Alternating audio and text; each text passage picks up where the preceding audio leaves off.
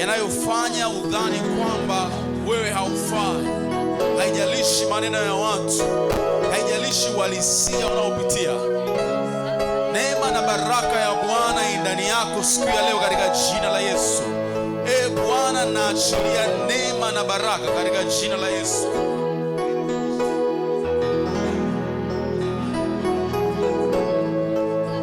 Katika jina lenye uweza la Yesu Kristo, kwa ile baraka uliyotubariki katika Kristo Yesu, ninaitamka na kuikiri baraka hiyo juu ya watu hawa katika jina la Yesu. Tangu sasa ubaraka ukatembee na kuenenda katika baraka. Chochote ambacho kipo kinyume na yale macho yako ya ndani na kile ambacho macho yako ya ndani yanaona, katika jina la Yesu Kristo ninautazamisha picha kubwa ya Bwana. Walio upande wetu ni wengi kuliko wale maadui unaowaona. Bwana na akafungue macho yako sasa, ukaone, ukatazame neema na baraka vilivyo vingi juu yako. Mfalme, asante kwa kukuabudu siku ya leo. Asante kwa nafasi ya kukushukuru siku ya leo. Lakini pia asante kwa nafasi ya kuexperience baraka zako katika namna isiyo ya kawaida. Ninazungumza na kila fikra, kila mawazo, kila ufahamu, kila akili ambayo imefika mahali imekwama na sasa imedhani kwamba wewe umeiacha na umemwacha muhusika. Ninatamka msaada wa kiungu katika jina la Yesu Kristo. Ile neema iokoayo na kusaidia watu, ile neema iwatoa watu mavumbini na kuwaketisha juu kwa wakuu, ikawainue watu hawa katika jina la Yesu Kristo. Tumebarikiwa kwa mkono wako wewe Bwana, na chochote ulichokibariki kimebarikiwa milele. Nasi tuwabarikiwa katika jina lenye uweza la Yesu Kristo. Asante kwa ajili ya asubuhi tena ya leo, ambayo Bwana kwa njia ya hekima na maarifa ya neno lako unaenda kutubariki na kulibariki kusanyiko hili katika jina la Yesu. Nasi tumepokea yote ambayo unayafanya mahali hapa kwa mamlaka ya jina la Mungu Baba, Mungu Mwana na Mungu Roho Mtakatifu. Na kila mmoja amshukuru Bwana kwa maneno yake. Anza kumshukuru Bwana kwa kukuhudumia sasa. Shukrani ni sauti ya imani. Chochote ambacho unadhani hakipo sawa, kikutanisha na shukrani. Shukrani ni namna ya kumwambia Bwana, najua hata kama hakijaanza kuonekana tayari umefanya, hata kama hakijaanza kudhihirika tayari umefanya. Asante kwa kunitoa katika kundi la watu wa kawaida na kunifanya kuwa mtu asiye wa kawaida. Asante kwa kunifanya kuwa malango ya familia yangu. Asante kwa sababu ya neema na mafuta ambayo umeachilia juu yangu siku ya leo. Asante kwa sababu familia yangu haitakosa mtu aliyetangulizwa mbele yao, na mtu huyo ni mimi. Asante kwa sababu jamii yangu haijapoteza, maana umemtanguliza mtu mmoja mbele yao, na mtu huyo ni mimi katika jina la Yesu Kristo. Asante kwa neema na upaji mkuu wa baraka na neema izidio namna hii Bwana. Asante kwa vile ambavyo upo tayari kutuhudumia sasa katika jina lenye uweza la Yesu Kristo. Sasa Bwana, tunaingia mezani pako, ukamhudumie kila mmoja sana mapenzi yako katika jina la Yesu Kristo. Amen. Pokea neema na kila ombi kiliomba Bwana akalitende na kulidhihirisha katika jina lenye uweza la Yesu Kristo. Yale maombi ya ndani ya roho yako, maombi ambayo hauwezi ukashare wala ukazungumza na mtu yoyote, ile shauku na haja na kiu ya ndani kabisa ambayo pengine hakuna mtu kwa maneno ya kawaida unaweza kumwelezea na akakuelewa, Bwana amekutana nayo asubuhi ya leo, na Bwana akawe jawabu lako sasa na hata milele katika jina la Yesu Kristo. Pokea msaada wa kiungu, pokea neema ya kiungu, pokea lolote jema ambalo Bwana ameliweka ndani yako. Machozi unayoyatoa ni machozi ya mwisho ya uchungu. Machozi yote atakayofuata baada ya hapa ni ya furaha katika jina la Yesu Kristo. Imekuwa kwenu katika jina la Mungu Baba, Mwana na Roho Mtakatifu, na kila mmoja amshangilie Bwana na kusema amen. Haleluya, haleluya, haleluya, haleluya. Kristo na watendee mema katika jina la Yesu. Kabla hujakaa mtu wa Mungu, kitabu cha Yohana sura ile ya 16, kitabu cha Yohana sura ile ya 16 mstari wa 14. Yohana 16 mstari wa 14. Nitaomba tumute vyombo vingine vyote isipokuwa tu mic ya mchungaji. Yohana sura ya 16 mstari wa 14. Yeye atanitukuza mimi, kwa kuwa atatwaa katika yaliyo yangu na kuwapasha habari. Yeye atanitukuza mimi, kwa kuwa atatoa katika yaliyo yangu na kuwapasha habari. Bwana na alibariki neno lake katika jina la Yesu Kristo. Makofi kwa ajili ya praise and worship team wanaposhuka katika jina lenye uweza la Yesu Kristo. Unaweza kukaa mahali ulipo, mtu wa Mungu, na Mungu akubariki sana. Ni siku nyingine njema. Bwana ametupa neema na baraka na nafasi ya kuweza kuwa mbele zake, na kwa kweli najisikia vizuri. Naomba tunyoshe mikono kwa ajili ya watoto, tuwabariki sasa wanapoingia darasani. Katika jina la Yesu Kristo tunawaombea mkawe vichwa na mkapokee hekima na maarifa na ufahamu ambao Mungu anaenda kuachilia kupitia mwalimu wenu. Kwa mamlaka ya jina la Yesu Kristo, chochote mnachokipokea mtakidhihirisha. Tunawatamkia matamko makuu kwamba hamtaishia mahali watu wa kawaida wanapoishia. Neema ya Bwana itawapeleka mahali pa hatima kuu katika jina la Yesu Kristo. Pokeeni neema na msaada wa kiungu kupitia maarifa na mafunuo ya Mungu katika kinywa cha mwalimu wenu katika jina la Yesu Kristo. Amen. Makofi kwa ajili ya watoto wanapoingia darasani sasa katika jina la Yesu. Mtu wa Mungu, najisikia vizuri sana kukuona ibadani, na nisaidie tu kupunguza kidogo sauti ya mchungaji. Maiki ya mchungaji ina aina fulani ya mwangwe. Na pia najisikia vizuri kwamba katika ibada yetu ya leo, ingawa hatunaye mama mchungaji kimwili, yani physically nimeshtuka sana, yuko amejoin na sisi, yuko live hapa na anatufuatilia pale. Makofi kwa ajili yake. Hebu tumwambie mama tunakupenda, tumwambie mama tunakupenda tena mara nyingine. Amesikia kwa kweli, na yeye anawapenda na kuwafurahia sana. Nimekuwa nikifundisha kwa neema ya Mungu juu ya somo la kuenenda katika roho na nguvu. Hapo niko sawa, watu wa Mungu? Kuenenda katika roho na nguvu, na hii ni sehemu ya 13 ya somo letu. Kuenenda katika roho na nguvu, na hii sasa ni sehemu ya 13 ya somo letu. Na nilikwambia kwamba katika sehemu hii ya 13, na hii part 1 niite ya kuzungumzia au kumzungumzia Roho Mtakatifu. Tumeongea sana kwa habari ya Roho Mtakatifu, na kwenye mwezi wa 5 nitakuwa nikimaliza kuzungumza kwa habari ya Roho Mtakatifu, na baada ya break ya mwezi wa 6 nitakuja kuzungumza kwa habari ya nguvu, kwa sababu msingi hasa wa somo letu ni kuenenda katika roho na nguvu.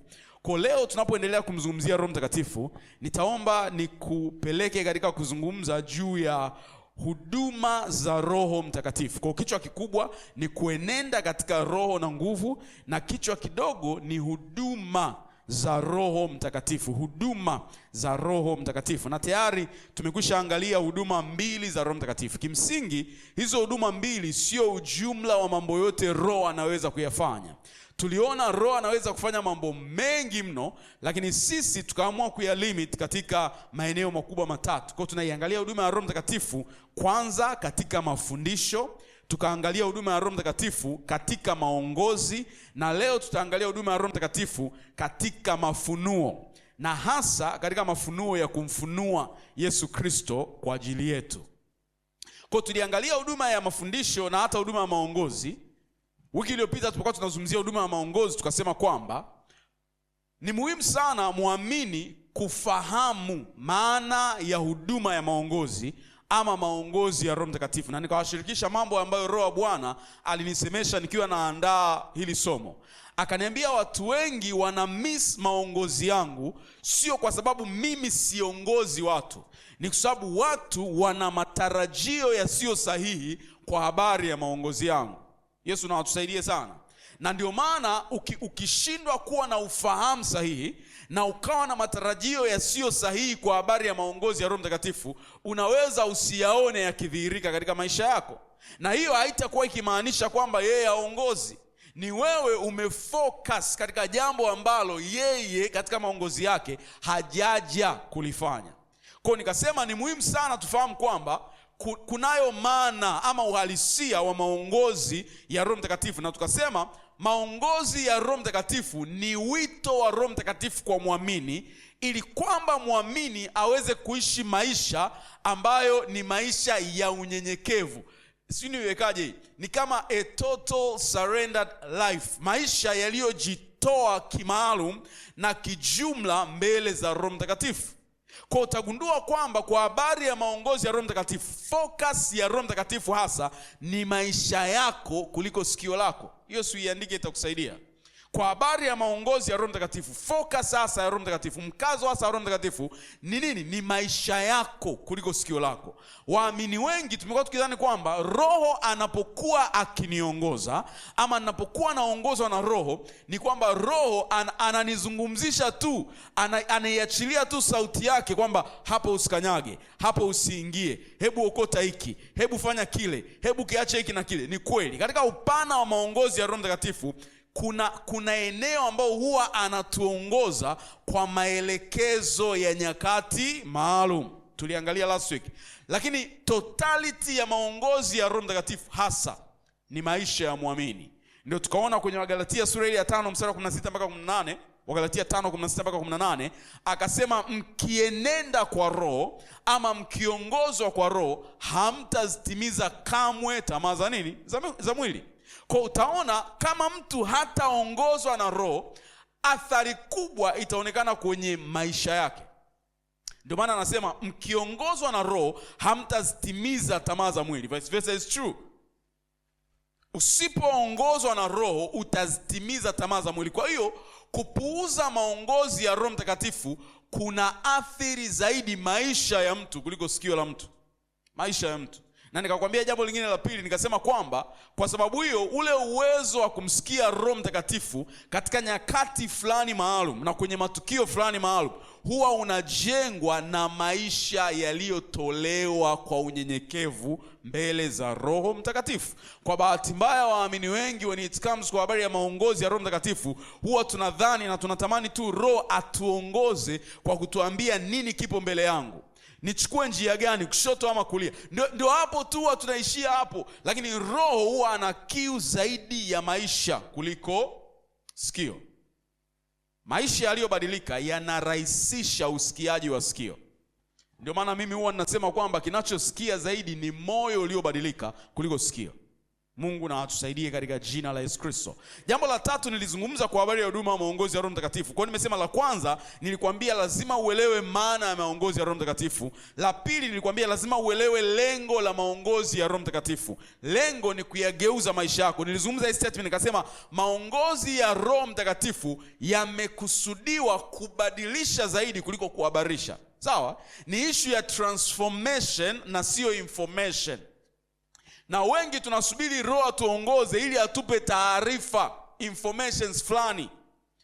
Lakini uhalisia wa maongozi ya Roho ni kutengeneza badiliko ndani ya mtu. Kwa lazima uelewe lengo la Roho Mtakatifu. Kwa kushindwa kuelewa maana ya maongozi ya Roho Mtakatifu na lengo la Roho katika kuongoza, wengi ndio tumepishana na maongozi ya Roho Mtakatifu. Jambo la tatu nilokuambia ulielewe, lazima uelewe namna huduma ya maongozi ya Roho Mtakatifu inavyofanyika. Ukishindwa kuelewa namna inavyofanyika, hauwezi kuiona ikidhihirika kwenye maisha yako. Na nikasema kuna namna nyingi, lakini nikazitaja mbili. Kwanza nikasema Roho huongoza kupitia neno la Mungu. Roho huongoza kupitia neno la Mungu. Na nakwambia huu kweli, hakuna kipimo thabiti na kizuri cha utii na unyenyekevu wa muamini kama neno la Mungu. Nitakuelezea kwa nini nasema hivi. Waamini wengi inapokuja kwa habari ya utii, huwa tunakuwa na shauku ya kutamani na kutafuta kuyatii maagizo fulani magumu na yasiyoonekana. Lakini yale rahisi na yanayoonekana huwa hatuyatii, tunayapuuza. Ndio maana ukimwambia mtu kitu ambacho tayari kinajulikana, uwezekano wa yeye kukifuata na kukifanya ni mdogo sana kuliko ukimwambia kitu ambacho hakijulikani. Na kupeleka taratibu utanielewa. Nikiandika kitabu, nikaandika kichwa cha habari pale, siri 8 za mafanikio. Uwezo wa hicho kitabu kununuliwa ni mkubwa sana kwa sababu watu wana tabia ya kupenda vya siri vilivyojificha. Kwa kila mmoja kwa sababu ana tabia ya kupenda vya siri na vilivyojificha, huwa wengi tunapishana na maongozi ya Mungu yaliyo wazi kwa sababu huwa tunatafuta maongozi ya Mungu yaliyo ya siri. Yale ambayo hakuna atakayejua pale kanisani, ni mimi peke yangu ndio nitakuwa naweza kumsikia Mungu na kujua anataka nini. Ndio hayo nayatafuta. Kwa sababu ni kama kuna aina fulani ya umaalum hivi yananipa. Yaani kwamba nikiweza kusikia yale ambayo wengine hawasikii, automatically inaonekana ni mtu fulani hivi sensitive sana, huyu sensitive sana. Lakini uhalisia wa mambo ni kwamba utii wa muamini unapimwa kwa maelekezo ya Mungu yaliyofunuliwa tayari kwenye neno lake. Waamini wengi ukimuita ukamwambia leo nitakufundisha siri 8 za kumsikia Mungu, wanakuja kanisani wote. Katika kufundisha zile siri 8 ukafungua Mathayo 1:1 au ukaweka kwenye maandiko ukawakalisha pale, wote wanakata tamaa kwamba mbona haya ni kama tunayajua. Ni kama tunategemea kusikia kitu fulani kipya ambacho hakijawahi kusikika duniani. Sasa Roho Mtakatifu afanye kazi katika namna hiyo. Wengi tunapishana na maongozi ya Roho Mtakatifu kwa sababu anatumia neno lile lile, Biblia ile ile ulionayo nyumbani siku zote, hiyo hiyo ambayo unaamkana, hiyo hiyo ndio anayotumia. Na ndio maana kwa habari ya utii wa maongozi ya Roho Mtakatifu hatuwezi kuwa sawa. Hatuwezi kuwa sawa. Wewe unatafuta ya sirini.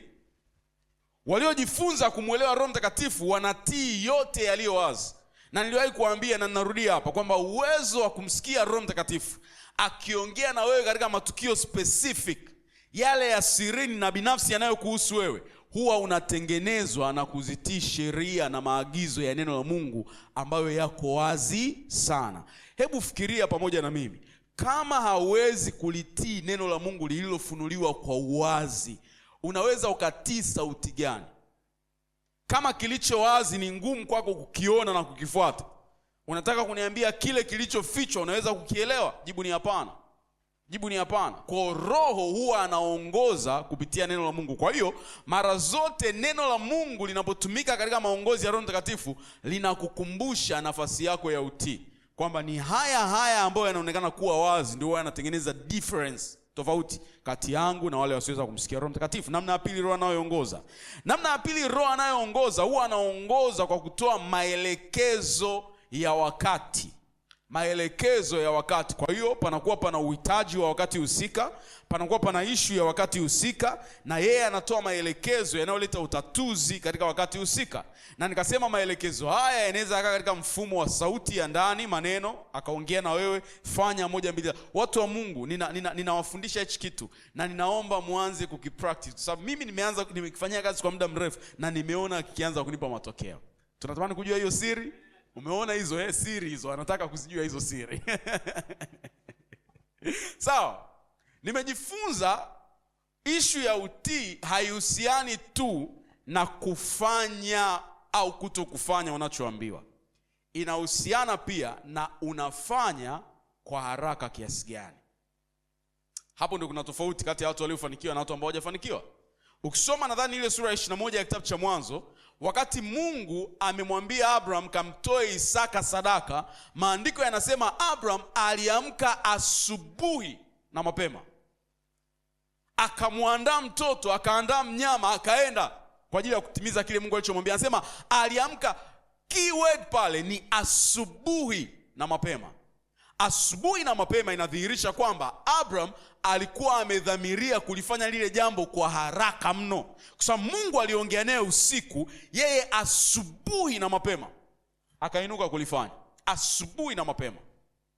Kwa sio tu issue ya utii peke yake kwa maana ya kufanya maelekezo, lakini pia unafanya kwa wakati kiasi gani hayo maelekezo, kwa wakati kiasi gani. Mafanikio ya muamini au mafanikio yako wewe kama muamini hayapo tu kwenye kufanya au kutokufanya, yapo kwenye umefanya kwa wakati kiasi gani. Unajua kuna kitu wakati sahihi wewe unafanya, sio somo langu lakini Roho ananipeleka hapa, pengine anamsaidia mtu mmoja. Kuna kitu wakati sahihi wewe unafanya. Moja kati ya vitu muhimu ambavyo wakati sahihi ufanya ni kwamba wakati sahihi huwa unabeba neema ya uwezesho. Kwa jambo ukilifanya kwa majira na wakati sahihi linakuwa jepesi kuliko ukilifanya nje ya majira na wakati sahihi.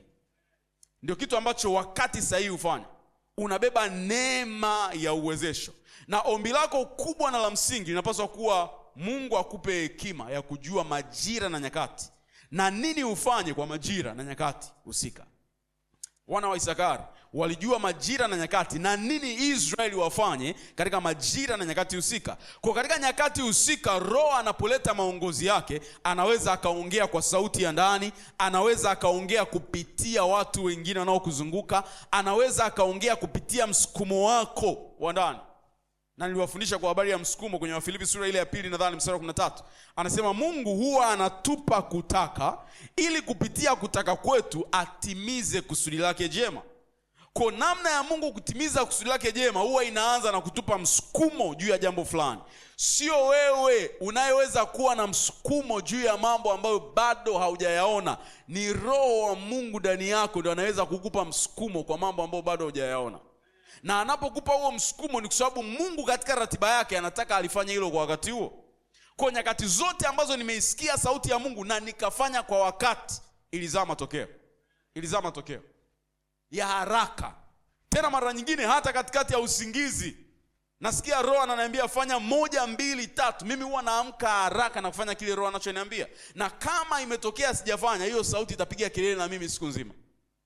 Siku nzima. So I've been training myself kwamba kila mara Roho anapoongea na mimi nifanye kwa haraka. Kwa sababu kwa kadiri unaofanya kwa haraka na kwa wakati, ndivyo ambavyo unarahisisha mawasiliano na mahusiano yako na Roho Mtakatifu. Tunaelewa vizuri watu wa Mungu Kwa hiyo Roho anaongea kwa msukumo, anaongea kwa mzigo, anaongea kwa mguso, anaongea pia kwa njia ya hali ya moyo wako. Usidharau hali ya moyo wako. Moyo wako ukikosa amani, tulia, usipanic kwanza. Tulia, jiulize, tafuta kujua nini Roho anataka kuzungumza na wewe kwa hiyo hali husika. Kwa sababu sio kawaida tu moyo ukose amani.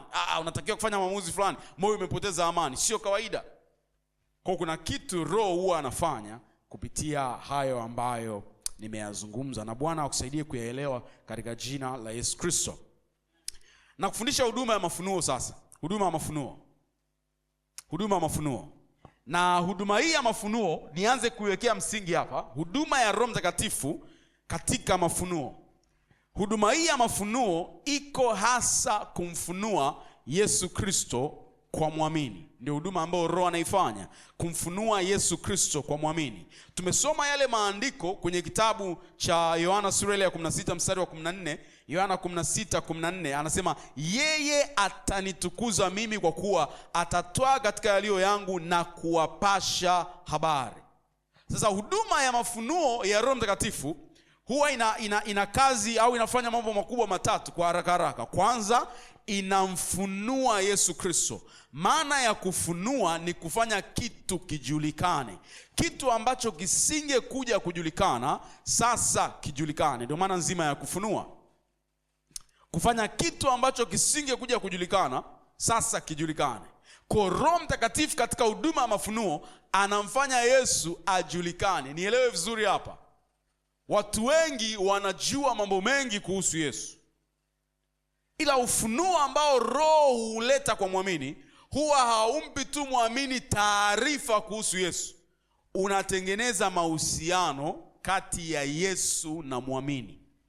Sawa Kwa sababu kujua ni issue ya kimahusiano zaidi kuliko intellectual capacity, uwezo wa kiakili. Ni issue ya kimahusiano zaidi. Nitakusomea lile andiko tunalipendaga sura ya 17 mstari wa 3 ya Yohana. Anasema na uzima wa milele ndio huu, wakujue Mungu wa kweli na Yesu Kristo aliyemtuma. Kama uzima wa milele unahamishwa kutoka kwa Mungu kuja kwa mwanadamu kwa njia ya kumjua Yesu Kristo. Kama mama kujuana na baba katika mahusiano kunatengeneza uzima wa mwana, tunampata mwana. Tafsiri yake ni kwamba kumjua Mungu sio jambo la kiakili, ni jambo la kimahusiano ambalo huzaa uzima, huzaa vitu vipya ndani ya yule ambaye anamjua Mungu. Kwa katika kazi ya mafunuo, Roho Mtakatifu humfunua Yesu na kumfanya ajulikane. Wakorintho wa kwanza sura ya 12 haraka. Wakorintho wa kwanza sura ya 12 na mstari wa 3. Wakorintho wa kwanza 12:3 anasema, wala hawezi mtu kusema Yesu ni Bwana isipokuwa katika Roho Mtakatifu. Wala hawezi mtu kusema Yesu ni Bwana isipokuwa katika Roho Mtakatifu. Maana yake yeyote anayeukubali ubwana wa Yesu Kristo ni kwa sababu amejaliwa na kusaidiwa na Roho Mtakatifu. Roho Mtakatifu ndio anamleta muamini katika pointi ya kukubali ubwana wa Yesu Kristo. Hata wewe umeokoka kwa sababu ni Roho Mtakatifu ndio amekuvuta katika wokovu na amekupa ufahamu wa mamlaka na ubwana wa Yesu Kristo. Kwa katika huduma ya mafunuo, Roho Mtakatifu anamfunua Yesu na kumfanya ajulikane, kiasi kwamba yeyote ambaye anamkiri Yesu hamkiri tu kwa akili ya kawaida, anamkiri kutokea ndani kwenye imani na kile kina cha mahusiano. Ndio anasema wala mtu hawezi kusema Yesu ni Bwana isipokuwa katika Roho Mtakatifu. Kipengele cha kwanza pale kinasema hakuna mtu anayeweza kusema, anasema hakuna mtu mwenye roho anayeweza kusema Yesu amelaaniwa. Halafu anasema hakuna mtu ambaye anaweza kusema Yesu ni Bwana isipokuwa amejaliwa na Roho Mtakatifu. Kwa hiyo ni kwamba mtu yeyote mwenye roho hawezi kupuuza ubwana wa Yesu Kristo. Ndio kitu anachozungumza pale. Anasema hakuna mtu mwenye Roho Mtakatifu au katika Roho Mtakatifu anaweza akadharau ubwana wa Yesu Kristo na kusema Yesu amelaaniwa. Na vivyo hivyo hayuko mtu ambaye ana Roho Mtakatifu na asisubmit chini ya ubwana wa Yesu Kristo. Kazi ya pili ya Roho Mtakatifu katika huduma ya mafunuo ni nini? Ni kumtukuza Yesu Kristo, kumtukuza. Kwa anamfunua alafu anamtukuza.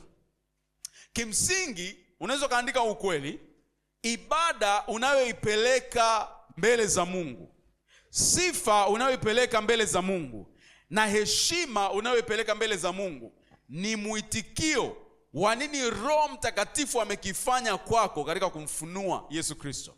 Kwa wewe unamtukuza Yesu Kristo ambaye Roho amemtukuza ndani yako. Na ndio maana mtu yeyote mwenye Roho Mtakatifu huwa haelekezwi namna ya kuabudu. Haelekezwi namna ya kuabudu. Mtu yeyote mwenye Roho Mtakatifu haelekezwi namna ya kuabudu. Kwamba sasa tunainua mikono, mtu wa Mungu, na wewe inua mikono hapo. Wala halazimishi. Mtu mwenye Roho Mtakatifu, ile ibada ina flow from within, inatokea ndani. Kwa sababu moja ya kazi muhimu ya Roho Mtakatifu ni kumshuhudia, kumtukuza Yesu Kristo ndani ya huyu mtu. Kumtukuza Yesu Kristo ndani ya kwa huyu mtu, anakuwa anauelewa na ile heshima kwa Yesu Kristo ambayo imefunuliwa kwake na Roho Mtakatifu. Ndio kile ambacho tumekisoma kwenye Yohana 16:14, anasema yeye ajapo huyo Roho atanitukuza mimi, maana atayachukua yaliyo yangu na kuwapasha habari na kila kitu. Lakini anasema yeye atanitukuza mimi. Maana ya kutukuza maana yake ni kuheshimu. Maana ya kutukuza maana yake ni kusifu. Maana ya kutukuza maana yake ni kumagnify. Sio niwekaje Kiswahili, lakini ndio hivyo hivyo. Kukuza kitu, kukizungumzia kitu kwa ukubwa na mind you, huu ukubwa sio ukubwa ambao tunaupeleka juu ya kitu. Ni ukubwa ambao tumetambua hichi kitu kinacho. Mnanielewa vizuri? Tunapomwabudu na kumsifu Mungu, sio kwamba tunapomwambia Mungu uabudiwe, Mungu utukuzwe, hakuna kama wewe. Sio kwamba sisi ndio tunampa sifa ambazo hakuwahi kuwa nazo. Sisi tunakuwa wakati huo tumefanikiwa kuona angalau kwa sehemu fulani uhalisia wa vile alivyo. Sasa tunamsifu kwa sababu ya vile alivyo. Ndio maana ibada ya kusifu na kuabudu kwa kweli, hasa maisha ya ibada, hayahusiani na Mungu amefanya nini kwanza. Yanahusiana na vile Mungu alivyo kwanza. Tunaelewa vizuri watu wa Mungu Sio Mungu amefanya nini. Unaweza ukaingia hapa ukiwa unaumwa. Unaweza ukaingia hapa ukiwa hauna ada, unadaiwa kodi. Haihusiani na wewe. Kwenye eneo, katika maeneo mengi Mungu hana upendeleo. Mungu sio mbinafsi, lakini kuna eneo pekee ambalo ni kama ametangaza mipaka na ubinafsi. Eneo la utukufu wake. Hayuko tayari kushia utukufu na mtu yeyote. Kwa inapokuja kwa habari ya utukufu wake, huwa hajali sana wewe unapitia nini kwa wakati huo. Anachojali ni sifa na uhalisia wa vile yeye alivyo.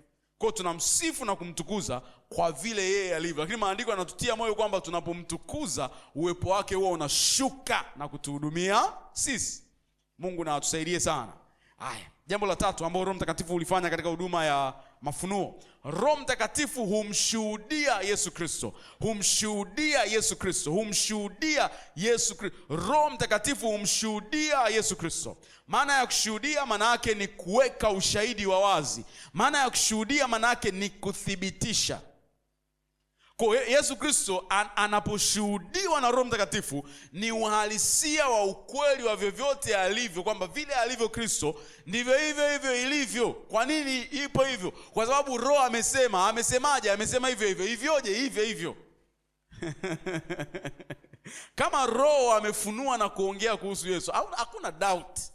Hakuna doubt. Haijalishi wangapi wanasema tofauti, lakini as long as Roho ameshuhudia, there's no doubt. Yohana sura ya 15 mstari wa 26, nikupeleke pale haraka. Yohana sura ya 15 mstari wa 26. Yohana 15:26. Lakini ajapo huyo msaidizi Parakleto, mnakumbuka vizuri, msaidizi Parakleto, nitakayewapelekea kutoka kwa Baba, huyo Roho wa kweli atokaye kwa Baba, yeye atanishuhudia. Yeye atanishuhudia. Maana yake Roho Mtakatifu ni ushahidi wa mambo mengi sana. Ndio maana utaona kuna maeneo mengine maandiko yanamuita Roho Mtakatifu kama arabuni. Mmekutana hilo neno arabuni? Arabuni. Maana ya neno arabuni maana yake ni ushahidi. Maana ya neno arabuni maana yake ni amana. Katika lugha ya kibiashara au katika namna ya kibiashara, arabuni ni ile fedha inayotangulizwa kama malipo ya awali. Sawa Tunaelewa vizuri watu wa Mungu Kwa nataka kununua kinanda, naenda dukani, namwambia mtu wa Mungu shingapi, anasema 5,000,000. Nasema haina shida, wewe kula hii 2,000,000 kwanza. Hii kinanda asichukue mtu, ni yangu, sawa? Narudi kuja kumalizia. Kwa yule muuza duka, muuza vinanda, anapokuja mteja mwingine yeyote, katika hesabu zake kinanda chako amekitoa, yani hata kihesabia amekiweka pembeni kwamba kile tayari kina mtu. Nini kinamthibitishia kwamba kina mtu? Yale malipo ya awali ambayo umetanguliza. Watu wa Mungu tunaelewa vizuri yanathibitisha kwamba hichi kina mtu tayari. Ndivyo Mungu alivyofanya. Alipotuokoa kupitia Yesu Kristo na akatuahidi mambo yote mema ikiwemo mbingu mpya, na akatuahidi uzima wa milele na kila kitu, uzima ambao tunao sasa katika namna ya kimwili na tutakuwa nao katika namna ya ukamilifu, na baraka zote za roho akatuahidi. Ushahidi wa kwamba tunazo hizo baraka katika uhalisia ni Roho Mtakatifu. Kwa amemtanguliza Roho kama malipo ya awali. Kwa hiyo sina haja, nisikilize vizuri mtu wa Mungu. Wangapi wanajua kwamba wataenda mbinguni? Wangapi wanadhani hawataenda? Yaani wakijicheki wanaona stoboi. Kama una mashaka na kwenda mbinguni ni kwa sababu hauna mahusiano mazuri na Roho Mtakatifu. Na kimsingi habari ya kwenda mbinguni au kutokwenda haipasi kuwa swali kwa muamini. Hizo level tushavuka hizo. Kwamba mchungaji akisema tutaenda mbinguni, tutafika mili mpya, wewe unasema kwamba mzee usiseme kwa sauti sana, una uhakika tutatoboa? Na wengine wamedhani ni unyenyekevu, ukimuuliza unaenda mbinguni, anasema ni Mungu tu ndiye anayejua, mtumishi wa Mungu. Sikiliza, kama haujui hauendi. Kama haujui hauendi. Mwambie jirani yako kama haujui hauendi. Huo ndio uhalisia. Anasema Roho mwenyewe hushuhudia pamoja na roho zetu. Hiyo ni Warumi 8:14 na 15. Kwamba sisi tu wana wa Mungu, na kama wana tu warithi wa urithi mmoja pamoja na Yesu Kristo. Kwa popote alipo Kristo na mimi nitakuwa hapo hapo. Yesu yuko wapi? Sijui sasa hivi yuko wapi. Sijui mbinguni ni juu, chini, pembeni. Lakini popote alipo Roho ananiambia na wewe mwanangu spiritually uko hapo, na baada ya maisha haya utaenda hapo hapo. Tunaelewa vizuri watu wa Mungu Nini kinanifanya niwe na uhakika kwamba naenda mbinguni? Kwamba ninazo baraka zote za Roho, kwa sababu nina Roho Mtakatifu ndani yangu. Kwa sababu nina Roho Mtakatifu ndani yangu. Kwa hiyo ni ushahidi, anashuhudia. Angalia andiko lingine. Yohana wa kwanza, waraka wa kwanza Yohana sura ya 5 mstari wa 5 mpaka wa 7. Waraka wa kwanza Yohana 5:5 mpaka 7. Anasema mwenye kuushinda ulimwengu ni nani? Isipokuwa ni yeye aaminie ya kwamba Yesu ni mwana wa Mungu. Hivi mmeona haya maandiko? Sinaweza tu nikamaliza hapa na tukaomba tuondoke. Anasema mwenye kuushinda ulimwengu ni nani? Unajua ulimwengu tunaoishi ndani yake una namna mbalimbali za kutafsiri mambo mbalimbali, ikiwemo ushindi, ikiwemo raha, ikiwemo furaha na kila kitu. Na wafundisha kitu kizuri hapa, na mnielewe vizuri. Ulimwengu una namna mbalimbali. Kwa ukiona Mara nyingine mdada mmoja hapo anapita, Mungu amemuumba vizuri pale na kila kitu, wadada wenzake au vijana sasa, jamani ameumbika vizuri hadi raha. Hadi raha. Yaani mrefu mweusi hadi raha. Sio Fredrick sasa. Fredrick urefu wake ni kama umepitiliza.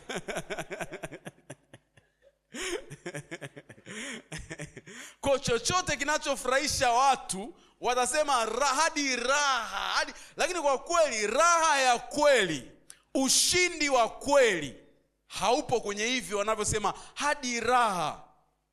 Mwingine anapiga picha yuko yeye na familia yake kwenye gari moja kali. Naona comment pale chini mtu ana comment, mwanangu ushashinda haya maisha. Nisikilize vizuri. Kuwa na familia nzuri ni jambo zuri, kuwa na gari nzuri na hela ni kitu kizuri. Hata mimi napenda hela, napenda gari nzuri, napenda maisha mazuri. Lakini sio tafsiri ya mwisho ya ushindi maishani.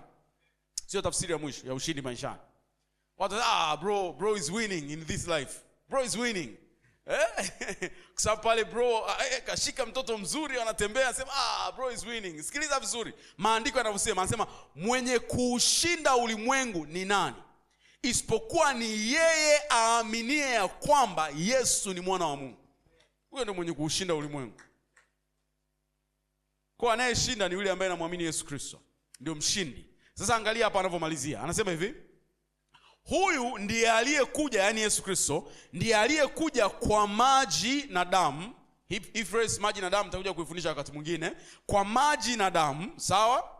Yesu Kristo. Alafu anasema si katika maji tu, bali katika maji na katika damu. Mstari wa 7, naye Roho ndiye ashuhudiaye, kwa sababu Roho ndiye kweli. Nilikuwa nataka maneno ya mwisho. Naye Roho ndiye manake kazi ya Yesu Kristo msalabani, kazi ya Yesu Kristo katika utakaso inashuhudiwa ndani ya muamini na Roho Mtakatifu. Roho Mtakatifu. Umeokoka vizuri, una uhakika umetakaswa vizuri. Huo uhakika unautoa wapi? Kwa sababu wewe mtu wa Mungu, mimi nakujua, wewe ni wa mwaka 90 na kitu hapo wewe. Wewe ni wa 1990 na wengine 1980 na wengine 1970 na 50 hapo. Hakuna wa 1800 hapa, wala hayupo ambaye alitokea miaka 1500 iliyopita. Kwa hiyo wewe, mimi na uhakika. Sijui mambo mengi kuhusu wewe, wala sio nabii sana wa maisha yako, lakini najua wakati Yesu anasulubiwa haukuwepo duniani. Ndio kitu tunachokielewa. Lakini mbona umeungangania wokovu? Wewe unaushabikia sana wokovu wewe. Kama ulikuwepo pale msalabani, yani kama wewe ndio ulikuwa unasaidia baadhi ya mambo kufanyika vizuri pale. Kwa jinsi ambavyo unaukubali wokovu wako. Mimi nimeokoka. Utaniharibia wokovu wangu. Huo uhakika wa wokovu wako unaotoa wapi? Roho Mtakatifu ndani yako. Kwa haikuhitaji uwepo msalabani. Haikuhitaji uwepo pale ukishuhudia mateso ya Yesu kwa macho. Roho anashuhudia ndani yako kwamba mwanangu, hii sio story. Hii ni kweli ya maisha yako. Ndio anasema kwa sababu Roho ndiye kweli na ndiye ashuhudiaye. Sawa watu wa Mungu, tumeelewa vizuri? Kwa hizo ndizo huduma tatu za Roho Mtakatifu katika kumfunua Yesu Kristo. Maana yake anamfanya ajulikane. Tumesema hiyo ya kwanza. Ya pili tukasema kwamba anamtukuza. Anamweka mahali pa juu. Anamtukuza. Kila mara ukifikiria huduma ya mafunuo ya Roho Mtakatifu juu ya kumfunua Yesu Kristo, elewa kwamba Roho anamtukuza Yesu Kristo na Roho anamshuhudia Yesu Kristo katika maisha ya muamini. Katika dakika chache zilizobakia, naomba nimalizie sehemu ya mwisho ya somo langu kukufundisha namna 7 ambazo Roho anamfunua, anamtukuza na kumshuhudia Kristo kwenye maisha ya muamini. Namna 7 ambazo Roho anamfunua, anamtukuza na kumshuhudia Kristo kwenye maisha ya muamini. Na nitaomba sasa hapa nikupeleke kwenye kitabu cha Isaya sura ya 11 mstari wa 1 mpaka wa 4. Isaya 11 mstari wa 1 mpaka wa 4 katika jina lenye uweza la Yesu Kristo. Ukipata sema amen, tuanze kusoma. Isaya 11 mstari wa 1 mpaka wa 4. Tumepata watu wa Mungu? Nisikie amen kama umepata Isaya 11. Tena sasa simeona hapa tunahangaika kufungua Biblia. Hapa ndani kuna TV ya nchi ya 55. Sawa watu wa Mungu? TV ambayo tumekusudia wewe inatumika hapa kwa ajili ya kudisplay maandiko. Kwa mchungaji akisema tu andiko, wote tunaangalia kwenye TV, tunalisoma lile andiko pamoja. Kwa hiyo ile TV itakuwa inakaa somewhere huku mbele, na itakuwa pia ikitusaidia kwenye uimbaji, lyrics za nyimbo zile. Wakati waimbaji wanaimba hatujui wimbo, tunaangalia pale kwenye TV na mambo yote yanakuwa yako sawa. Kwa hiyo itakuwa hapa mbele, na nyingine ya mchungaji itakuwa pale chini. Kwa mchungaji atakuwa anasoma maandiko kutoka pale, wewe utakuwa unasoma maandiko kutoka hapa. Lakini ile TV imepata shida kidogo. Ina mstari mweusi umepita pale katikati, mstari mweusi hivi ambao tunatakiwa kutoa ule mstari mweusi. Na tumeongea na mafundi, gharama yake ni 2.5. So kama Roho anakusemesha kutoa hiyo 2.5, naomba unione baada ya ibada. Nitakuombea na tutakuwa tumepiga hatua kwa namna hiyo. Tunatamani mambo mazuri hapa kanisani eti. Basi kama Roho anakusemesha do something. Kwa kweli tunatamani kama Roho atakusukuma kwa haraka, na naomba msukumo wake uwe kwa haraka. Hebu na mikono nikuombee katika jina la Yesu Kristo. Roho wasukume sana katika jina la Yesu. Wasukume wengine mpaka wakose amani, washinde kula leo. Ili waweze kufanya katika jina la Yesu. Amna, na kuombea kwamba Mungu akupe neema ufanye kwa kadiri unavyokusudia ndani ya moyo wako. Usifanye zaidi ya uwezo wako. Kama Roho hajakusemesha wala usihangaike sana. Kuna mtu ambaye Roho atakuwa amemsemesha na atafanya. Lakini namwamini Mungu kwamba hivi karibuni tutaanza kuitumia ile screen katika jina la Yesu. Isaya sasa sura ya 11. Ingekuwepo tusingehangaika, lakini tuhangaike mara mwisho eti. Mara mwisho. Isaya 11:1-4. Basi litatoka chipukizi katika shina la Yese, na tawi litakalotoka katika mizizi yake litazaa matunda. Sawa? Mstari wa 2. Na Roho ya Bwana atakaa juu yake, roho ya hekima na ufahamu, roho ya shauri na uweza, roho ya maarifa na kumcha Bwana. Na furaha yake itakuwa katika kumcha Bwana, wala hata hukumu kwa kuyafuata ayaonayo kwa macho yake, wala hata onya kwa kuyafuata ayasikiayo kwa masikio yake. Mstari wa 4.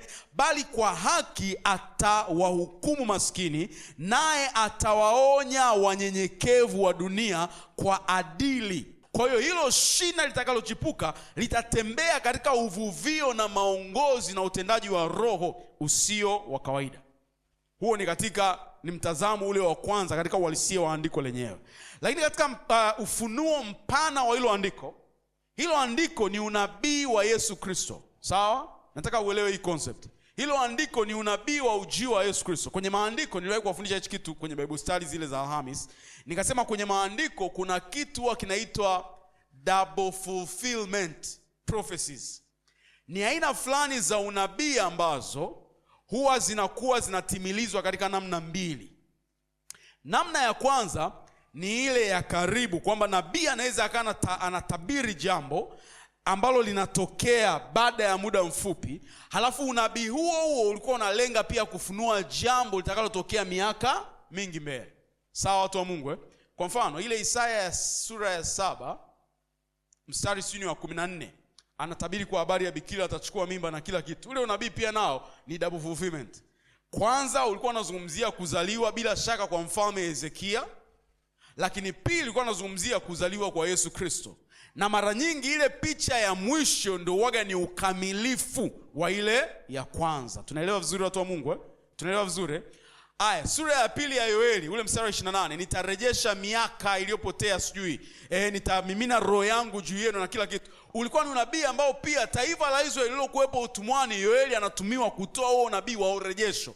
Lakini katika namna pana ulikuwa unatabiri ujio wa Roho Mtakatifu. Ndio tunaona sasa hata katika Matendo ya Mitume sura ya 2, Petro anaposimama kuhubiri anasema hatujalewa. Hiki ndicho kile ambacho kilitabiriwa na nani? Na nabii Yoeli, kwamba siku za mwisho nitamimina roho yangu juu yenu.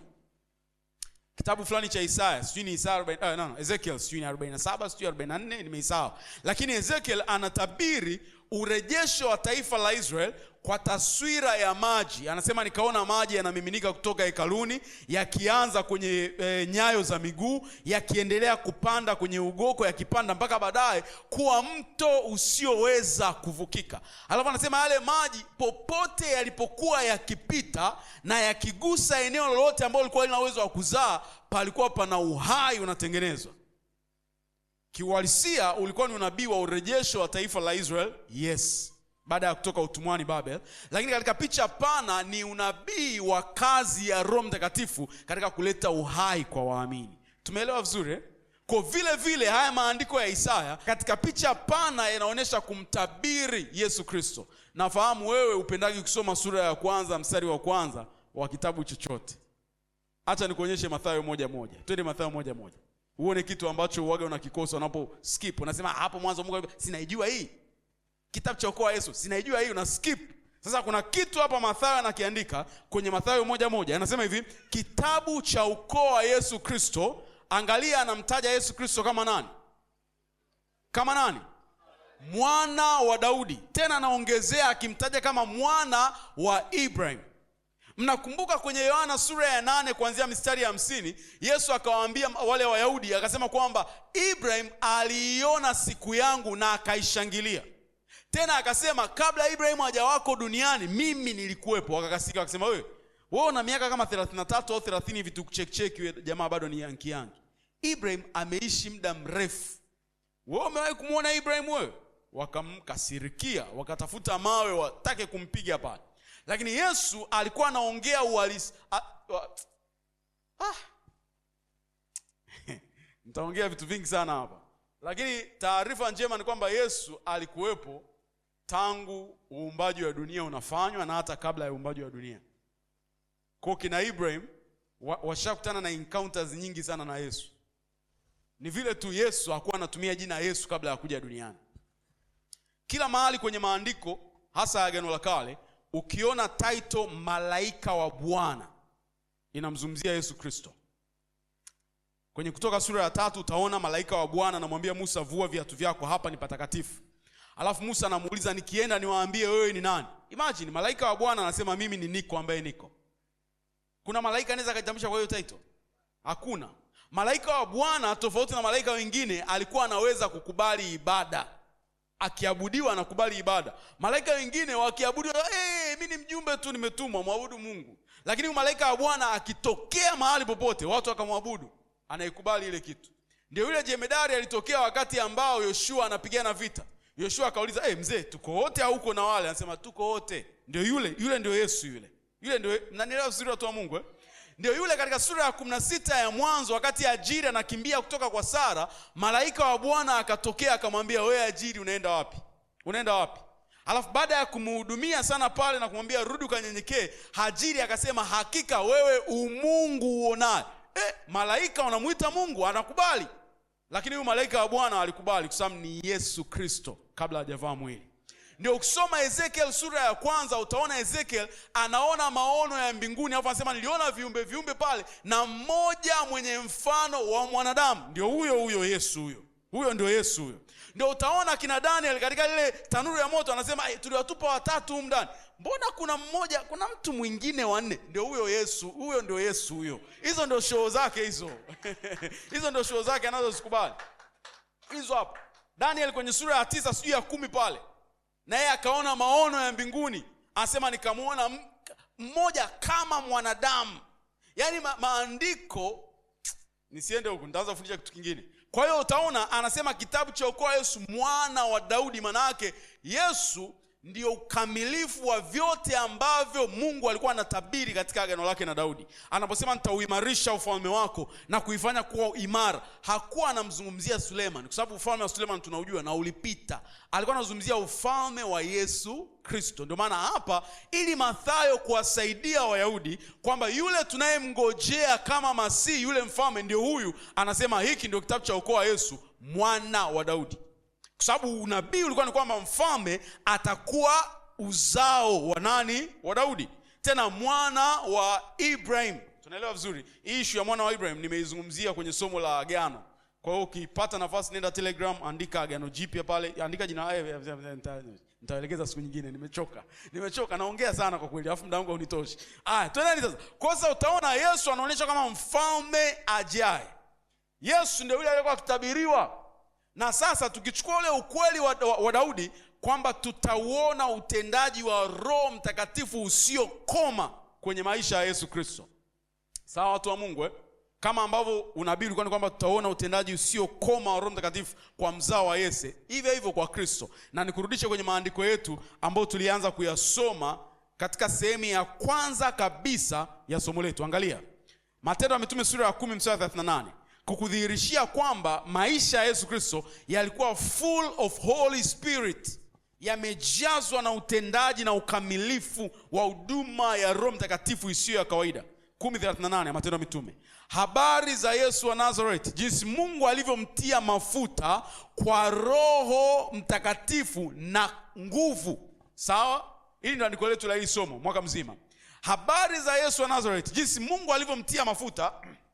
Kwa nini? Kwa Roho Mtakatifu na nguvu. Okay. Katika Agano la Kale watu walikuwa wanatiwa mafuta kwa kumwagiwa mafuta juu yao.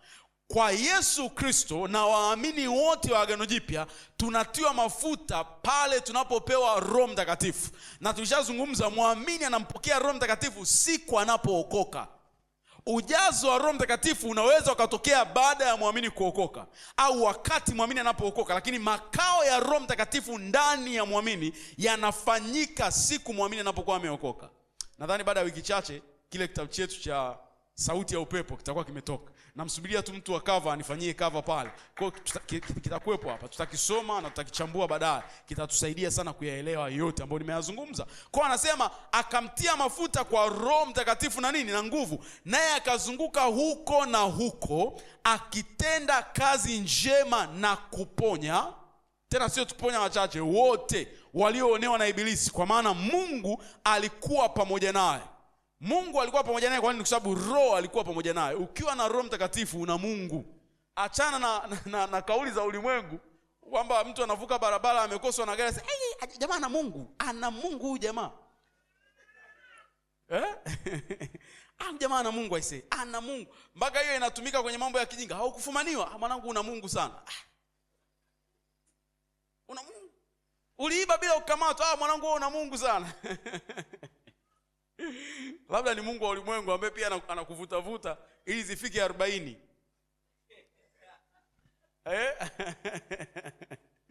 Je, Mungu hawezi kutuokoa? Anatuokoa. Haya, nimeibalance hiyo. Sawa, sasa angalia hapa. Angalia. Kwa anasema kwa maana Mungu alikuwa pamoja naye. Kwa ni kwa jinsi na namna hii ndio waamini tuko anointed. Kwa mimi hapa mtu wa Mungu nimetiwa mafuta kwa sababu nina Roho Mtakatifu. Na kwa sababu na Roho Mtakatifu Mungu yuko ndani yangu. Makao ya Mungu ndani yangu sio ya muda. Nikwambie kitu. Mimi siingii rohoni na kutoka. Mimi naishi rohoni. Kila kitu cha kwangu kipo rohoni. Mnanielewa vizuri? Jambo zuri ni kwamba sijai kuona hiyo kitu hapa. Na nikiona, kama najua sasa hivi nikiisema sitaiona kwa sababu mtaogopa kuifanya. Lakini kama ungeifanya nikiwa sijaisema ningekushusha hapo hapo. Kwamba unatuongoza maombi haya, fumba macho, anza sasa kuingia rohoni, kuingia na kuja na kushika mic na kushusha, toka. Kaongoze hayo maombi kule. Tuanze kuingia rohoni. Kwani sisi waamini tunaishi wapi? Tunaishi rohoni. Sisi ni watu wa rohoni. Watu wa Mungu, mnanielewa vizuri? Hakuna namna ya kujituni kuingia. Wengi wanadhani kuingia rohoni ni kwanza kuvuta zile hisia. Mungu. Hiyo sio kuingia rohoni. Nisikilize, naweza nikaa nipo hivi na kuangalia na nipo rohoni vibaya mno. Niko rohoni sana. Wewe tu ndio hujui. Kwa sababu umekariri kwamba lazima nianze kulia. Sasa ukiwa unafanya kazi unalia nini?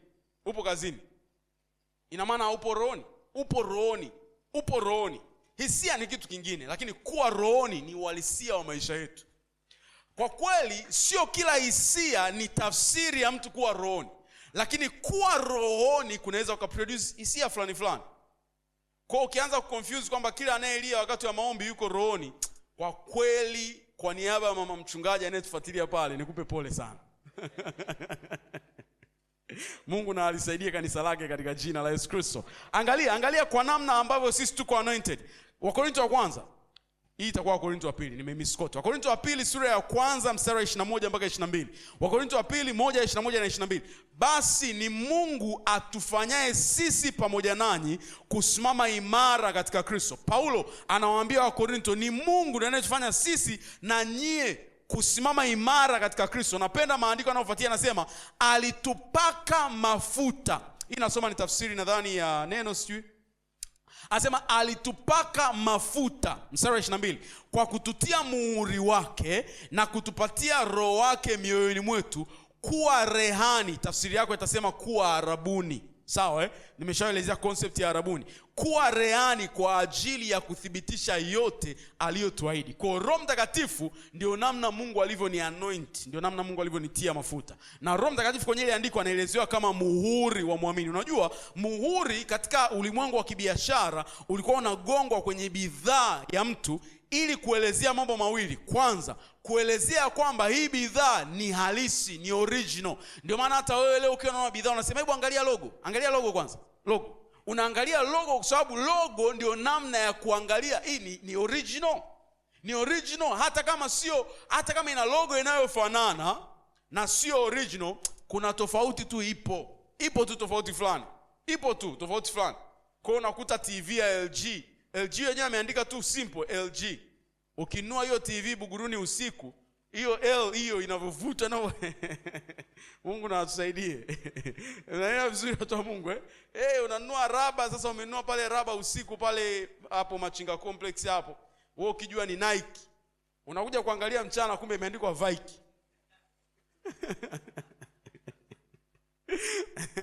Kwa hiyo logo au muhuri unaelezea uhalisia wa kitu, lakini pili unaelezea umiliki. Kwa Roho Mtakatifu kama muhuri wa Mungu kwetu ni kwamba yeye ni ushuhuda kwamba sisi ni product original ya Mungu. Yaani wewe ndio una mashaka kwamba mimi ni mwana wa Mungu kweli au sio? Mimi ni mwana wewe ni product original ya Mungu, sio fake, kwa sababu una Roho Mtakatifu.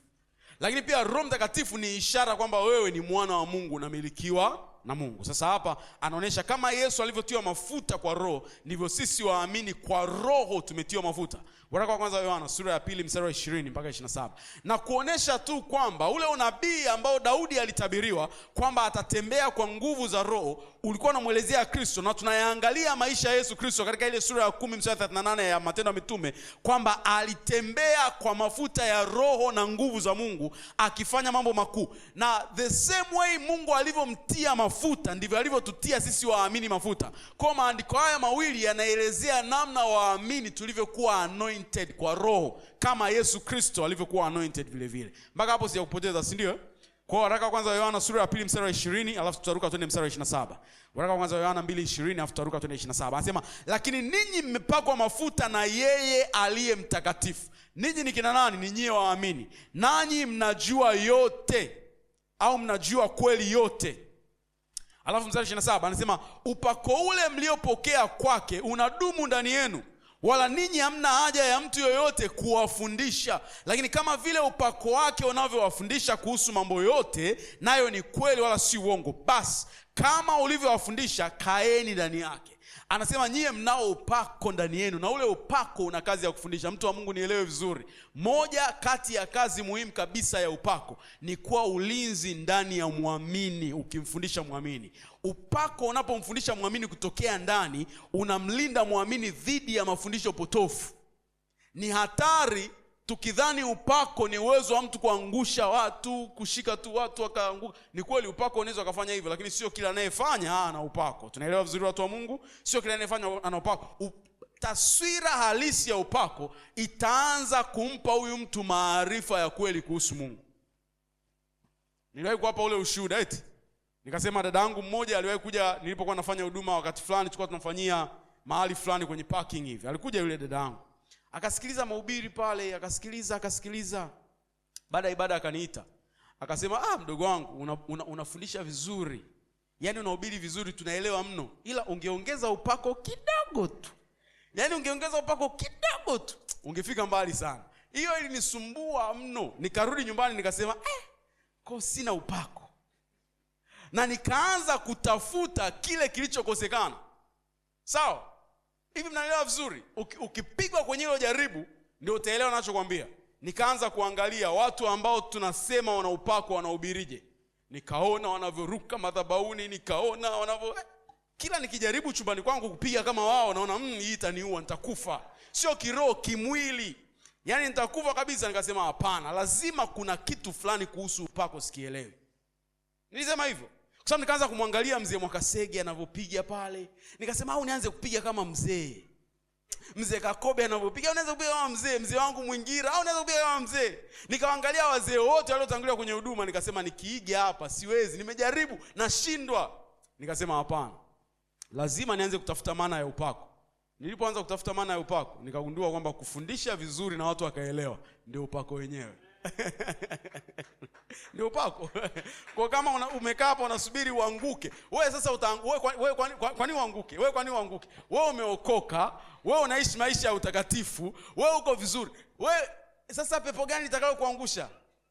Labda ikuangushe nguvu ya Mungu. Eti na ikikuangusha nguvu ya Mungu, tutajua kwamba huyu hapa anahudumiwa na Mungu. Kwa kila mmoja atapita pembeni akuache uhudumiwe. Hautaanguka na watu wakakujalia mshike miguu. Hakuna. Ukibanwa mahali tutajua huyu mwacheni. Kuna operation Mungu anaifanya. Mnanielewa vizuri watu wa Mungu? Ndio sababu ya kwa nini kwenye kanisa letu hatukai kutarajia leo pepo lilipuke tuseme Mungu alikuwa mwingi. Sasa hapa hamna mwenye pepo hapa. Ni nani wewe? Ndio wewe nani? Wewe. Sio wewe, hauwezi kukaa na pepo. Wewe umeokoka vizuri. Kwa upako sio tu pale mhubiri anaposimama na pepo likapiga kelele. Naelewa vizuri? Nguvu za Mungu zinaweza kufanya yote hayo, lakini hatupaswi kupima upako kwenye vitu vidogo namna hiyo. Kwa hiyo na upako, na ule upako unakufundisha kuelewa kweli ya Mungu. Na kwa sababu upako ni mtu, na mtu huyo ni Yesu, ni Roho Mtakatifu, na Roho Mtakatifu ana kazi ya kufunua kweli yote, anakufundisha yote unayohitaji katika jina la Yesu Kristo. Sasa nipende dakika 5 nimalizie hapa. Dakika 10 nadhani. Hii ni saa 5 Dakika 10. Saa 5 na dakika 10 kwa uaminifu nitakuwa nimemaliza. Kulingana na Isaya, pana identity karibia 7 kwenye lile andiko za Roho Mtakatifu zinazotambulisha huduma yake kwa yule mfalme ajaye, ambaye tumeshaangalia kwamba alikuwa ni Yesu Kristo, na tumeshaangalia namna ile ambayo Yesu alikuwa anointed ndio namna ambayo sisi waamini tumekuwa anointed. Kwa hiyo hatutafanya kosa tukiapply andiko lile la Isaya moja kwa moja kwangu mimi muamini. Manake jiweke wewe pale. Kwa sababu tumeona andiko hili kwa linamzungumzia Yesu Kristo, na tumeona namna ambayo Yesu Kristo alikuwa anointed ndio pattern ya namna waamini wanavyokuwa anointed. Kwa ile anointing na chochote imefanya kwenye maisha ya Yesu Kristo ndicho itafanya kwenye maisha ya muamini. Tumeelewa watu wa Mungu vizuri? Tumeelewa vizuri. Kwa muamini leo haombi upako wa Elia. Anao upako zaidi ya upako wa Elia, ambao ni upako wa Roho Mtakatifu juu ya Yesu Kristo, ambao pia uko juu yake. Muamini leo haombi upako wa Musa, anao zaidi ya huo ambao ni upako wa Roho Mtakatifu ulio ndani yake kupitia Yesu Kristo. Kwa kile ambacho Roho alifanya na maisha ya Yesu Kristo ndicho hicho ambacho Roho anafanya na maisha yako. Kwa kwenye hii Isaya anatabiriwa huyu chipukizi kwamba ataenenda katika roho ya Bwana, na katika roho ya hekima na ufahamu, na katika roho ya ushauri na uweza, na roho ya maarifa na kumcha Bwana. Hizo ni identity. Mara nyingine huwa zinaitwa roho 7 za Bwana. Mmewahi kusikia hiyo title? Roho 7 za Bwana. Kwa haya mambo yako 7. Anasema Isaya anamtambulisha huyo mfalme ajaye kwamba atatembea katika roho za aina 7. Haimaanishi kwamba Roho Mtakatifu wako 7. No, ni roho mmoja ambaye katika utendaji wake anaweza akajifunua katika maeneo haya 7. Kwanza, roho anaweza akajifunua kama roho wa Bwana, na nitakwambia maana yake ni nini. Orodhesha hizi roho 7 haraka haraka. Roho wa Bwana anaweza akajifunua kama roho wa Bwana. Fredrick nisaidie feni kabla Bwana hajaniita kwake sasa hivi.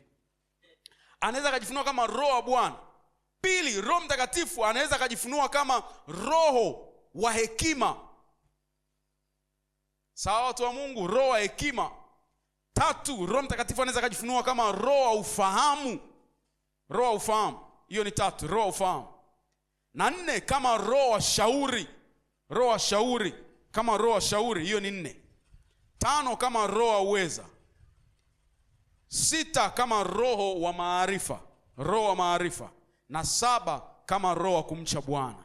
Kama hujazipata vizuri, nitakapokuwa nazielezea moja baada ya nyingine, utazipata kutokea hapo. Kwa hiyo sasa tumesema hivi, kulingana na Isaya, yule mfalme ajaye alitabiriwa kwamba Roho atakuwa mwingi juu yake, akijidhihirisha katika namna hizo 7 ambazo tayari tumekwisha kuziangalia. Kwa wataalamu wao wanaziita hizo namna 7 kama roho 7 za Bwana. Inaposemwa roho 7 za Bwana, haimaanishi kwamba Roho Mtakatifu wako 7 kiidadi. Mara nyingine 7 inatumika kuelezea ukamilifu. Kwa tukisema roho 7 za Bwana, maana yake ni ukamilifu wa utendaji wa Roho Mtakatifu ndani ya muamini. Umeelewa hiyo concept? Concept ya roho 7 za Bwana.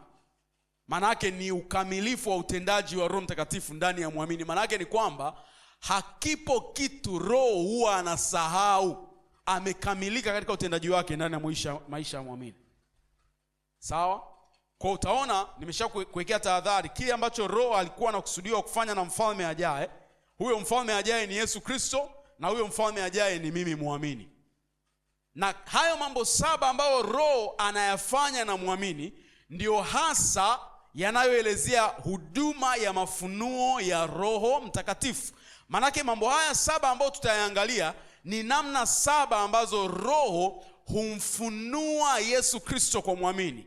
Kimsingi ndio namna 7 ambazo Roho alikuwa akimfunua Mungu Baba kwa Mungu Mwana alipokuwa hapa duniani, kiasi kwamba Mungu Mwana alikuwa na ujasiri wa kusema yote anayoyafanya ni kama anavyosikia kutoka kwa Baba. Yaani hicho kina cha mahusiano kilikuwa ni matokeo ya hizi huduma 7 za Roho Mtakatifu kwa Yesu Kristo. Tunaelewa vizuri watu wa Mungu Mpaka Yesu anasema mimi ni ndani ya Baba, Baba ni ndani yangu, sifanyi lolote isipokuwa nimeona Baba akilifanya. Na Yesu anakusudia wewe kama muamini useme hivyo hivyo, sifanyi lolote isipokuwa Roho amenifunulia. Kwa haya mambo 7 ni namna ambavyo Yesu Kristo hufunuliwa na Roho Mtakatifu. Kwa Yesu Kristo ni namna ambavyo Mungu Baba alikuwa anafunuliwa kwa Yesu Kristo, Yesu akiwa duniani kama mwanadamu. Kwa sisi waamini ni namna ambavyo Mungu Baba na Mungu Mwana wanafunuliwa na Roho Mtakatifu kwetu tuwapo hapa duniani. Hiyo imeeleweka vizuri watu wa Mungu Haya, na kuonesha haraka namna ambavyo Roho Mtakatifu humfunua Mungu. Kwa tunaposema Roho atakuja akimfunua Yesu Kristo, akimtukuza Yesu Kristo na kumshuhudia Yesu Kristo, atafanya mambo haya 7. Na mengine ambayo sitaweza kuyazungumza hapa, lakini haya 7 ndio ambayo naweza nikazungumza. Kwanza, Roho Mtakatifu humfunua Yesu Kristo kwa kufunua ubwana wake. Kwa kufunua ubwana wake. Yesu hajajulikana kama ubwana wake hujajulikana. Nimekuambia mahali fulani kwamba watu wengi wana taarifa nyingi za Yesu, lakini hawamjui Yesu. Kumjua Yesu inahitaji ubwana wake ujulikane, na mtu awe na mwitikio sahihi kwa huo ubwana wake. Kwa kama mtu atakuwa anajua Yesu alizaliwa na Bikira Maria, alikufa na siku ya 3 akafufuka, okoka sasa, staki, siamini wokovu, huyo hajaujua ubwana wa Yesu Kristo bado.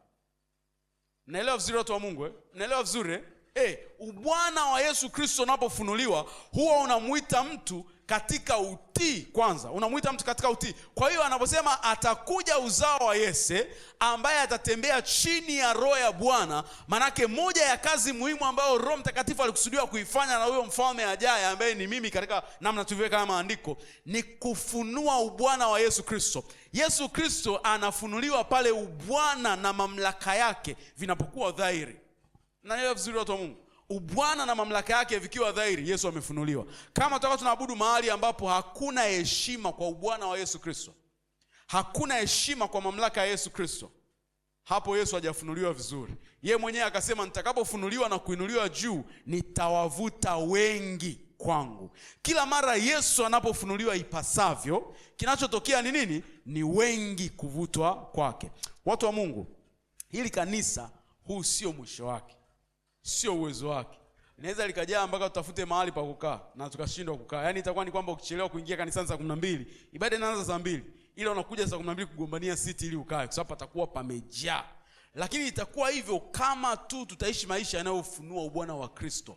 Yeye akionekana, watu wanaitikia kuonekana kwake, then wanamfuata popote alipo. Sawa? Kwa Roho Mtakatifu kama Roho wa Bwana huwa anaufunua ubwana wa Yesu Kristo, kitu ambacho kinatuita katika utii, kitu ambacho kinatuita katika unyenyekevu, na kitu ambacho kinatuita katika uhuru. Tafsiri yake nini kwenye habari ya uhuru? Ni kwamba chochote kinachotawaliwa na Bwana hakiwezi kutawaliwa na kitu kingine chochote. Yeyote ambaye anatawaliwa na Yesu Kristo hawezi kuruhusu kutawaliwa na chochote. Kimsingi aina zote za utumwa zinalemea sana, zinachosha sana, zinaumiza sana.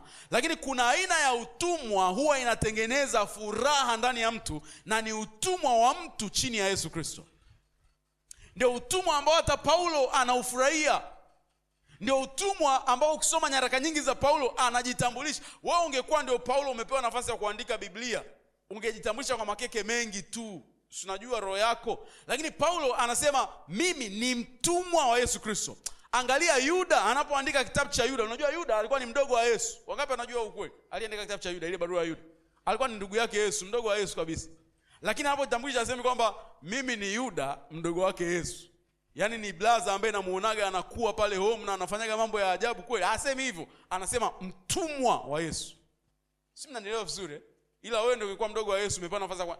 Yaani wewe hapo tu hata Yesu hajawahi kumuona, ila makeke unayotufanyia mtaani. Yaani ni kama sasa wewe ndio unaibrashiki viatu vya Yesu makeke yako. Je, ungekuwa umezaliwa na Yesu ungeandika nini? Ila Yuda kwa sababu unyenyekevu kwa Bwana wa Yesu hauumizi, ndio anasema mimi ni, manake akiangalia identity ya kuwa mdogo wa Yesu na kuwa mtumwa wa Yesu, anaiona yenye thamani zaidi ni kuwa mtumwa wa Yesu kuliko mdogo wa Yesu. Na nielewa vizuri watu wa Mungu eh? Kwa hiyo Roho anapomfunua Kristo kama Bwana kwako, anaita unyenyekevu, anaita utii na anaita uhuru vile vile. Wakorintho wa kwanza tulishaisoma sura ya 12 mstari wa 3, hayuko mtu anaweza kusema Yesu ni Bwana isipokuwa amejaliwa na Roho Mtakatifu. Jambo la pili, Roho katika kumfunua okay, namalizia hii point ya pili. Hizi point nyingine nitamalizia next week kwa sababu nimewaahidi dakika 10. Haya. Roho anapomfunua Yesu Kristo katika uhalisia ule wa huduma ya mafunuo, huwa anafanyaje? Roho huwa anapandikiza ndani ya muamini hekima ya Yesu Kristo. Unajua Yesu hajafunuliwa kama hatufanyi mambo kwa namna aliyokuwa akifanya. Hekima ya Yesu Kristo ama hekima ya Mungu ni nini? Ni kufanya mambo kwa namna yeye alivyokuwa akifanya ama anavyotaka yafanyike. Kwa mtu mwenye hekima ya Mungu mara zote kabla hajafanya chochote huwa anaanza kujiuliza, kama Yesu angekuwepo duniani angefanyaje hili jambo? Hiyo ndio namna ya kuifungulia na kuitafuta hekima ya Mungu kwenye maisha yako. Kwa sababu maana ya hekima ya Mungu ni kufanya kwa namna yeye anavyofanya. Watu wanaotuzunguka hawatamuona Kristo kwenye maisha yetu kama hawaoni tukifanya kama Kristo alivyokuwa akifanya. Matendo fulani ya Mitume inanifurahisha sana. Anasema wale wanafunzi walipokuwa wamesafiri na kufika mahali panaitwa Antiokia, watu wakayaangalia maisha yao wakasema, hawa jamaa ni wa Kristo. Na ndio pale jina la Wakristo lilianza kuitwa kuanzia hapo. Ni Matendo ya Mitume sura ya 11 mstari 29 au sura ya 10 mstari 29. Nitafutie ile andiko haraka tusome tumalizie hapa. 11:29 au 10:29. Anasema wakaitwa Wakristo kutoka hapo. Wakaitwa Wakristo. Kinachonifurahisha ni kwamba jina Wakristo halikutolewa na waamini wenyewe. Lilitolewa na watu ambao walikuwa wanayafuatilia na kuyaangalia maisha yao. Na ndio mara zote huwa nasema jina la kupewa na watu lina maana kubwa kuliko jina la kujiita. Watu huwa wanatoa jina kulingana na kile ambacho wanakiona kwenye maisha yako. Kwa walipoona hao waamini wanaishi vizuri wakasema hawa jamaa ni Wakristo. Kwa hiyo wakaitwa Wakristo kutokea hapo. Tumepata ni ngapi hiyo? 11:26. Lakini si mmeona umuhimu wa screen umuhimu wa ile TV. Si mmeona ingekuwepo manake mtu wa maandiko angetuwekea tu hapa tuone. Kwa hiyo Mungu akutie moyo kwa kweli, naiomba sadaka yako tutengeneze ile TV hapo ndani. Yaani sina namna nyingine ya kuomba, inabidi nicheke tu. Inasemaje? Nisomee hilo andiko haraka haraka, nisomee haraka haraka.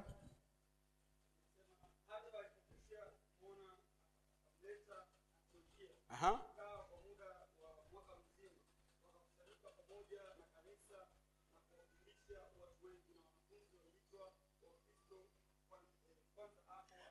Na wanafunzi waliitwa Wakristo kwanza hapo Antiokia. Walifika wakaanza kuwafundisha watu, wakaanza kuwahudumia watu. Wenyeji wa Antiokia wakasema hawa jamaa hawa ni Wakristo. Wao wakiwa na maanisha kwamba ni jamaa waliotembea na Kristo hawa ni ile mali ya Kristo, ndio hawa. Ndio jina wa Kristo mpaka leo tunalitumia. Lakini kwa bahati mbaya leo mtu yoyote mwenye jina la Kikristo ni Mkristo. Michael Mkristo, hajaokoka lakini ndio Mkristo. Ila kwao Mkristo, yani sasa hivi ndio ajabu, sasa hivi unaweza kupata mtu ni Mkristo na hajaokoka. Hivi umeona ilivyo ajabu? Yani ni Mkristo na hajaokoka. Lakini kwenye kanisa la kwanza ukisema tu mimi ni Mkristo, manake mimi ni wa Kristo. Ni mfuasi wa mafundisho yote ya Kristo. Mimi ni mali ya Kristo. Anachokisema sio tu ninakiishi, sio tu ninakisikia, ninakiishi pia. Leo mtu anaweza akawa Mkristo Ni jina tu, kitu ambacho sio sawa. Kwa Roho Mtakatifu anapomfunua Yesu Kristo kwetu, ataifunua hekima ya Mungu kwako. Utakapoishi hiyo hekima, wanaokuzunguka watamuona Kristo kwenye maisha yako. Basi kwa namna hiyo Kristo tayari amekwisha funuliwa. Angalia haraka haraka nikupe maana ya hekima. Hekima ni matumizi sahihi ya maarifa. Hekima ni matumizi sahihi ya maarifa. Na naomba tunapomalizia nitaomba nikuongoze kwenye hili ombi. Haya maombi mawili ya point mbili za kwanza ambazo tumeziangalia. Hekima ni matumizi sahihi ya maarifa. Hekima ni matumizi sahihi ya maarifa. Hekima inahusiana sana sio tu na kufanya kazi. Inahusiana sana na kujua nini kinafanyika, kwa namna gani kinafanyika, lini kinafanyika au wakati gani kinafanyika. Mambo hayo matatu. Hekima, nini kinapaswa kufanyika, kwa namna gani kinapaswa kufanyika, kwa wakati gani kinapaswa kufanyika. Kwenye Yakobo sura ile ya kwanza mstari wa 20 mpaka 22 ukienda kusoma pale, anasema achaneni na uovu wote, lakini anazungumza juu ya habari ya kulitii neno la Mungu, na kwamba mtu alisikia neno na asipolishika ni sawa na mtu anayejiangalia uso wake kwenye kioo na akajisahau uso wake kabisa. Lakini anayelitii neno la Mungu, yani anayelisikia neno na kulifanyia kazi, huyo ni baraka, ama huyo ni heri. Kwa hekima is all about kufanyia kazi maarifa ya kimungu. Wengi wana maarifa ya Mungu, wachache wana hekima ya Mungu. Kwa nini? Kwa sababu hekima huwa inaita kiwango cha zaidi tu ya kujua, ni kiwango sasa cha kuishi. Watu wa Mungu mnanielewa vizuri? Hekima huwa inamuita mtu kwenye kiwango cha maisha na sio tu kiwango cha kujua. Andika ukweli wa mwisho nikiwa namalizia hapa. Ukweli wa mwisho kabisa nikiwa namalizia hapa kwenye hiyo point. Kwamba mwenendo na matendo ya muamini ni ufunuo, ni ushuhuda na kutukuzwa kwa Yesu Kristo, au utukufu wa Yesu Kristo. Mwenendo na matendo ya muamini ni ufunuo, ni ushuhuda na kutukuzwa au utukufu wa Yesu Kristo. Kwa tunaposema Roho anafanya kazi ya kumtukuza Yesu Kristo, maana yake anaifanya hiyo kazi kwa kumpa muamini hekima, ambayo hiyo hekima itamfunua Yesu Kristo, itamshuhudia Yesu Kristo na itamtukuza Yesu Kristo ndani ya muamini na kupitia muamini. Umeelewa vizuri? Ndani ya muamini na kupitia muamini. Wake muamini atamjua Yesu Kristo yeye mwenyewe kwanza, na wanaomzunguka muamini watamjua pia Yesu Kristo vile vile. Kwa kinachomuumba na kumfunua Yesu Kristo kwako ni hekima ya Mungu iliyoachiliwa ndani yako na Roho Mtakatifu. Simama mahali ulipo katika jina la Yesu Kristo. Inua mikono yako sasa. Anza kumshukuru Roho wa Bwana kwa vile alivyokuhudumia. Kama una uhakika amekuhudumia na kama umepokea jambo, anza kumshukuru katika jina la Yesu Kristo. Tunasema asante Bwana, tunasema asante Mfalme. Asante kwa upendo. Upendo wako unadhihirika kwenye namna unavyotufunulia kweli yako. Namna unavyojiweka wazi na kujifunua kwetu ni kipimo cha upendo wako usiokoma. Asante kwa kunipenda, na kwamba kila mara unaponipenda unanijulisha mimi kuhusu wewe. Asante kwa sababu leo tena umeniita kwenye kina fulani cha maarifa, kina fulani cha kweli, kina fulani cha ufahamu ambacho kinalenga na kina lengo la kukufunua wewe ndani yangu katika jina lenye uweza la Yesu Kristo. Nasema asante kwa kunihudumia siku ya leo katika jina la Yesu Kristo. Katika jina la Yesu Kristo. Nikuongoze sasa kwenye maombi haya mawili maalum sana mtu wa Mungu.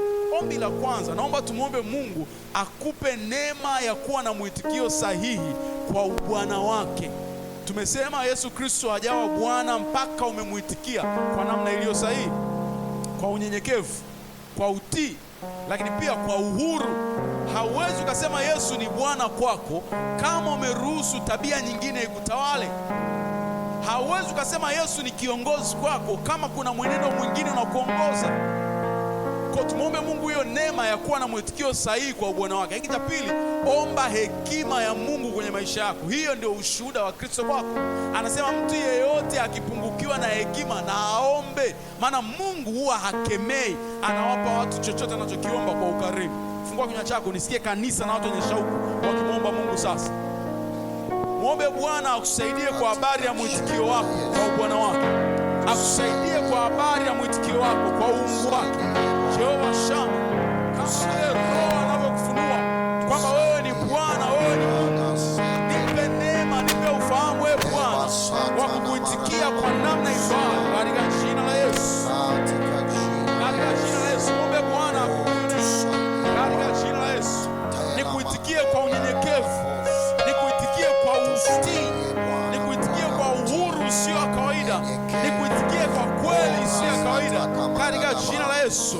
kaachilie pia hekima yako juu yangu wewe Bwana, namna ninavyoyatazama mambo, namna ninavyoyaendea mambo, namna ninavyoyafanya mambo iwe tofauti kabisa, na kupitia utofauti huo watu wakakuone wewe, katika jina la Yesu, katika jina la Yesu Kristo, katika jina la Yesu, katika jina la Yesu.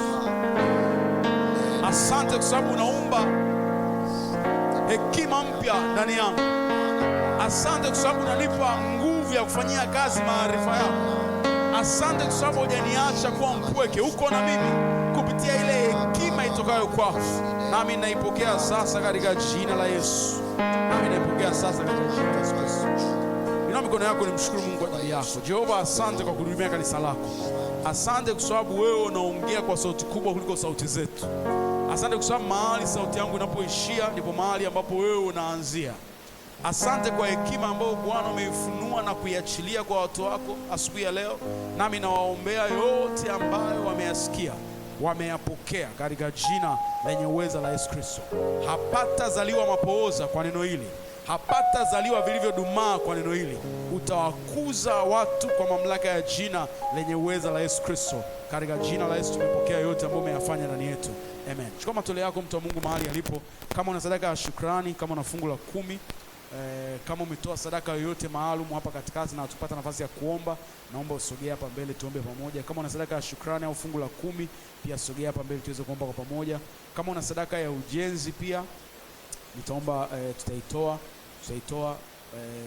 kwenye chombo hiki huku cha kulia, baadaye tutaitoa katika kufanya matoleo. Na ninaomba sasa chukua matoleo yako, sogea hapa mbele tuweze kumwomba Mungu kwa pamoja katika jina la Yesu. Inua mikono yako baada ya kuchukua matoleo tukamwombe Mungu. Mfalme, nasema asante kwa upendo wa watu wako kwa habari ya utoaji.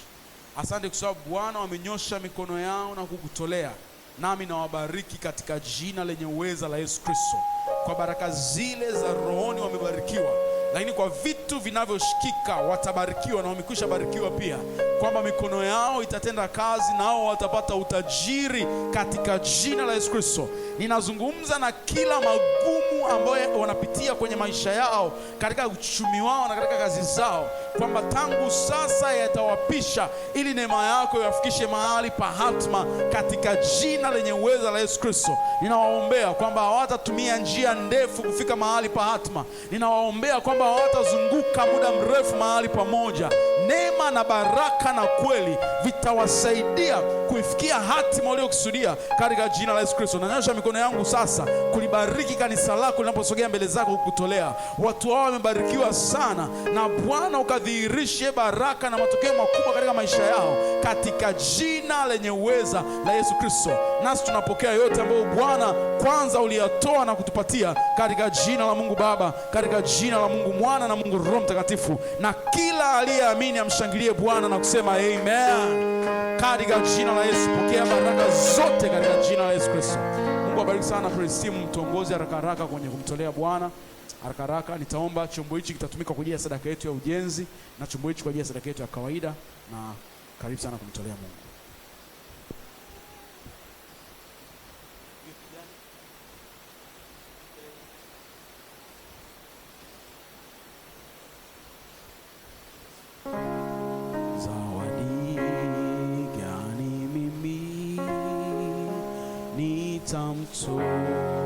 Nitamtolea Bwana ila roho yangu tu.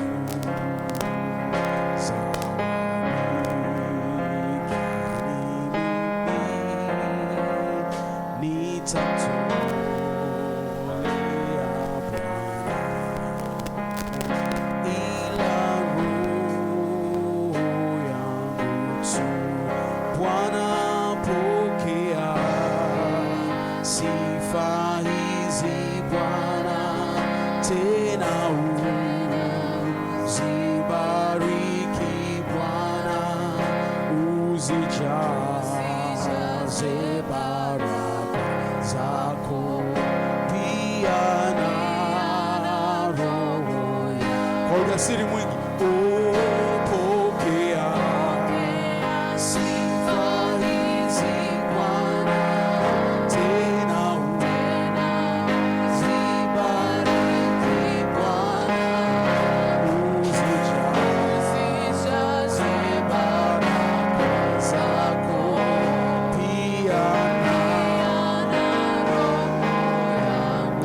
Nisaidie kumwendea jirani yako wa kushoto na wa kulia sasa.